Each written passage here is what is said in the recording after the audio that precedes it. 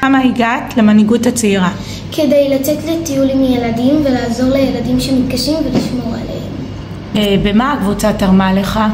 הם עזרו להכין מצגות לפני כל טיול, הם עזרו להכין מושמושים שזה כאלה חטיפים קטנים, והם גם עזרו לי להיות יותר רגוע, כי אני במקור מאוד עצבני.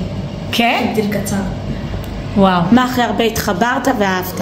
הכי אהבתי לטייל, להכיר מדריכים חדשים וללמוד מהם איך להתמצא בטבע.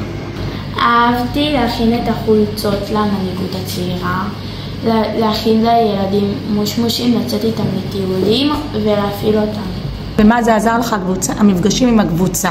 זה עזר לי להכין מצגות לכל הכיתות לפני שיצאנו איתם לטיול, עזר לי לדעת מה המסלול לטיול לפני הטיול עצמו, לחשוב על רעיונות לפרסים וללמוד מורלים ולהסביר מה התפקיד שלי.